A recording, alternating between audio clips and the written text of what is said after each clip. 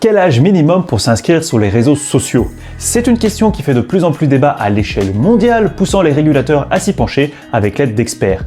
Parmi eux, la chaire Wilson, représentée par Vincent Gautret, qui a récemment donné une formation sur l'encadrement des géants du web à la commission spéciale sur les impacts des écrans et des réseaux sociaux au Québec. Mais, au-delà de fixer un âge minimum, une autre sempiternelle question se pose: comment vérifier efficacement l'âge d'un utilisateur sur Internet?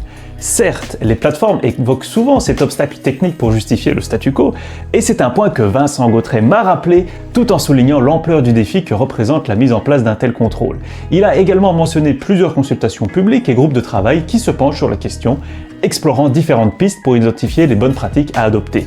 La Task Force du Digital Service Act, l'ICO, les autorités de protection en Norvège et en Australie, ou justement la commission spéciale au Québec. Ce débat touche à une question plus large, l'anonymat en ligne. Entre la lutte contre le harcèlement et l'accès à certains contenus pour adultes, l'identification des utilisateurs soulève des dilemmes majeurs.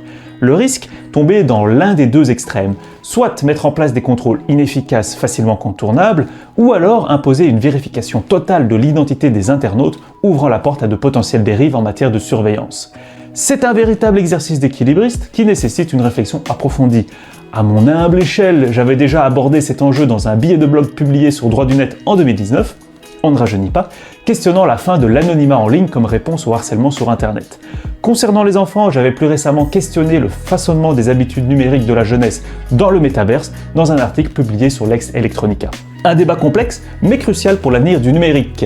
Et vous, quelle approche des habitudes numériques de la jeunesse vous semble la plus pertinente ?